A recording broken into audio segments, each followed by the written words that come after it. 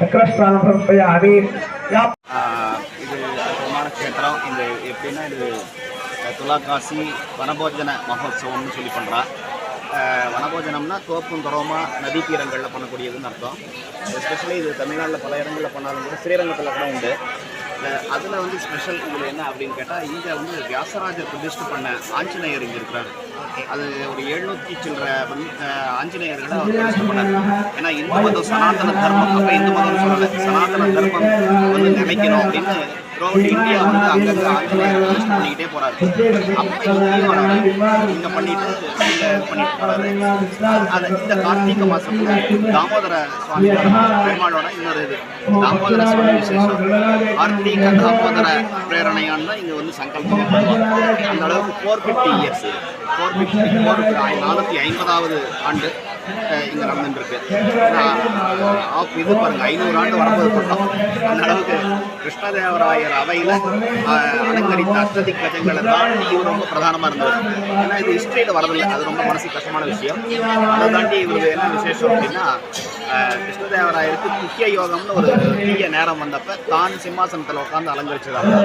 வியாச தீர்த்தருங்கிறது அன்றைக்கி இருந்து போய் பேர் வியாச ராஜர்மான். ஏன்னா ராஜாவை உட்காந்தார் கண நேரம் ஒரு எளிகை காலங்கள் குறிப்பிட்ட காலங்கள் உட்காந்து திருப்பி அவருக்கு கொடுத்துட்டார் சிம்மாசனத்தை. அதனால் அன்னைக்கு இருந்து இன்றைக்கும் வந்து நீங்கள் வியாசராஜ மடம், சோசலே, அந்த மாதிரி இடங்கள்லாம் போனால் ராத்திரி தர்பார்னு நடக்கும். ஏன்னா ராஜா வேஷத்தில் ஒரு கிரீடம் மாதிரி வச்சுக்குவார். இப்போ இருக்கிற சுவாமிஜியும் அந்த அளவுக்கு விசேஷமானது இது. அப்படிப்பட்ட விசேஷமான பவித்திரமான வியாசராஜர் பிரதிஷ்டை பண்ண ஆஞ்சநேயர் முன்னாடி நெல்லி மரத்து அடியில் இந்த மாதிரி கூடுகை, இந்த மாதிரி ஒரு கூடுதல்ங்கிறது 450 இயர்ஸாக கண்டினியூவாக நடந்துட்டு இருக்கக்கூடிய ஒரு விஷயம். இது பாப்பாரப்பட்டி அக்ரஹாரத்தில் இருக்கக்கூடிய விப்ரபுரின்னு நம்ம சொல்கிறது. பாப்பாரப்பட்டி அக்ரஹாரத்தில் வந்து அந்த காலத்தில் ரொம்ப கஷ்டப்பட்டு வந்திருக்காங்க. ஒரு காடு, பஸ் இல்லை, வந்து மாட்டு வண்டியில் இந்த மாதிரி சமையல் சாமான், பூஜா திரவியங்கள், இந்த சமையல் சாமான், பூஜா திரவியங்கள், வயசானவங்க இவங்களெல்லாம் மாட்டு வண்டியில் ஒரு 10 மாட்டு வண்டி கட்டிக்கிட்டு அங்கேருந்து வந்து அது வந்துட்டு போகிறதுக்குள்ளே ஒரு வாரம் ஆகிடும். அந்த அளவுக்கு வந்து இந்த மாதிரி இதெல்லாம் பண்ணிட்டு இருக்கிறாங்க. இப்போ எல்லா வசதிகளும் கிடைச்சதெல்லாம் த்ரூஅவுட் இந்தியா இங்கே வராங்க. த்ரூஅவுட் இந்தியா, ஏன் வேர்ல்டு லெவலில் வந்து எல்லாருக்கும் தெரியுது. எல்லாருமே எங்கள் ஊர்லேருந்து எந்த ஊருக்கு போயிருந்தாலும் அவங்கெல்லாம் இங்கே வராங்க. இன்றைக்கி என்ன அதில் எஸ்பெஷலி இன்னொரு ஸ்பெஷல் என்னென்னா, பௌர்ணமியிலே தான் விழுறது எப்பயுமே இது. அதனால் பௌர்ணமி சத்யநாராயண பூஜை இந்த ஒரு பௌர்ணமி மட்டும் பாப்பாரப்பட்டியில் நடக்காமல் இங்கே நடக்கும், இந்த ஒரு பௌர்ணமி. அதனால் சத்யநாராயண பூஜை எவரி சத்யநாராயண பூஜை அங்கே ஒரு 500 பேர் போடுறான் பாப்பாரப்பட்டி அக்ரஹாரத்தில். அது இல்லாமல் இங்கே நடக்கும்ங்கிறதால இங்கே எல்லா பீப்புள்ஸும் வருவாங்க, எல்லா தரப்பு மக்களும் இருப்பாங்க. ஒன்லி அவங்களுக்கு சிம்பிள் என்னன்னா பக்தர்களாக இருக்கணும், அவ்வளோதான். இந்த இதை புரிஞ்சிக்கணும் அவங்க. அந்த மாதிரி இருக்கிறவங்க எல்லாரும் ஆட்டோமேட்டிக்காக இங்கே வராங்க. அதில் வந்து நம்ம ராகவேந்திர மிருத்திகான்னா அந்த திருமண், தமிழில் சால கிராமத்தோடு சேர்ந்து வந்த திருமண் பாப்பாரப்பட்டி அக்ரஹாரத்தில் பிரதிஷ்டா ஆகிருக்கிறது. இப்படி தான் நம்ம பெரியவங்க நமக்கு சொன்னது. அதை தான் நம்ம அப்படி பின்பற்றி வரோம்.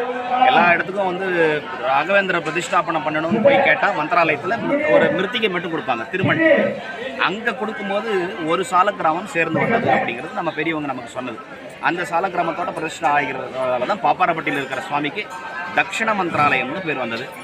அதில் அங்கே மிருத்திகையோட பிரதிஷ்டாபனான சின்ன உற்சவமூர்த்தி பிருந்தாவனம் தான் இங்கே நீங்கள் பார்க்குறது கீழே பாபு அங்கே கவர் பண்ணிக்கலாம் கீழே அது மேலே இருக்கிறது அங்கே இருக்கிற பிருந்தாவனத்தோட வெள்ளி கவசம்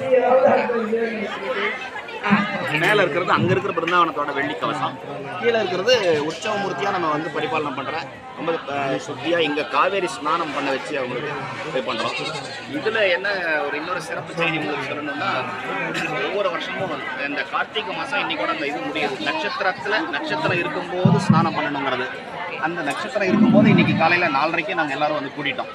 எவ்வளவு பேஷண்ட்டு வயசானவா என்னவா இருந்தாலும் சரி நேற்று நைட்டு சொன்ன மாதிரி எல்லோரும் வந்துட்டாங்க. எல்லோரும் வந்து 4:30 மணிக்கு அது குளிருங்கிறதே தெரில. அதான் உண்மை. குளிராக இருந்ததுன்னு சொல்ல வரல, குளிரே இல்லை.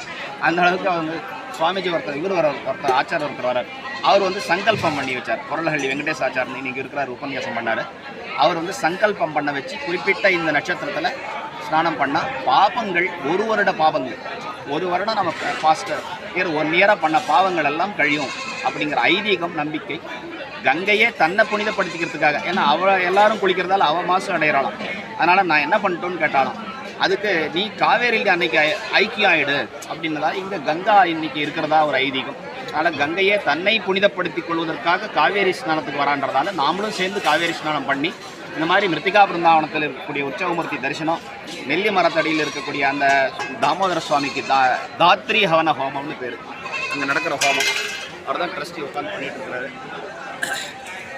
தாத்ரின்னா உங்களுக்கே தெரியும், நெல்லி. தாத்ரி ஹவன ஹோமம்னு சொல்லி நெல்லியை ஸ்பெஷலைஸாக வச்சு, ஏன்னா அதில் தான் வந்து லக்ஷ்மி இருக்கா அப்படிங்கிற ஐதீகத்தில் நெல்லி மரத்தடியில் ஹோமம், தாத்ரி ஹவன ஹோமம், சத்யநாராயண சுவாமி பூஜை, தீர்த்த பிரசாதம் சொல்லக்கூடிய எல்லாருக்கும் அன்னதானங்கள். அது இல்லாமல் வியாசராஜர் பிரதிஷ்டை பண்ண ஆஞ்சநேயர் ரொம்ப விசேஷமான 732 ஆஞ்சநேயர்களில் ஒன்று. எவ்வளவையும் கூடி இடமாக இது வியாசகண்டம். இந்த இடம் கவர்மெண்ட் இந்த இடத்தையே காலங்காலமாக இந்த இடம் நம்ம சர்வே நம்பர்லாம் இருக்குது. இந்த இடத்துல புனிதமாக செய்யக்கூடியது ரொம்ப விசேஷம். இதில் நீங்கள் கலந்து எங்களுக்கு மனசுக்கு ரொம்ப மகிழ்ச்சி. நன்றி.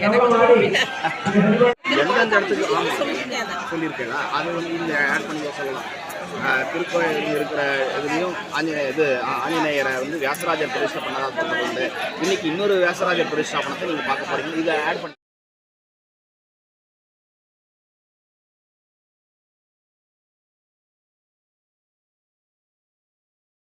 ಯೋಚನೆ ಮಾಡಿ.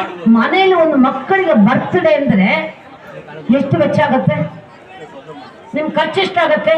ಒಂದು ಬರ್ತ್ಡೇ ಎಷ್ಟು ಬಲೂನ್ ಕಟ್ಟಿದ್ರಿ, ಎಷ್ಟು ಕೇಕು, ಎಷ್ಟು ಫ್ರೆಂಡ್ಸ್ ಕಲ್ಸೋರು, ಎಷ್ಟು ಟೈಮು, ಎಷ್ಟು ಎನರ್ಜಿ ವೇಸ್ಟ್ ಆಗುತ್ತೆ. ಅಂತ ತರ ನಾವು ಅದೆಲ್ಲ ಮಾಡೋ ಸಮಾಧಾನ ಇರುವಾಗ ನಮ್ಮ ಭಗವಂತ ನಮಗೆ ಊಟ ಕೊಟ್ಟು, ಶಕ್ತಿ ಕೊಟ್ಟು, ದೇಹ ಕೊಟ್ಟು, ಆರೋಗ್ಯ ಕೊಟ್ಟು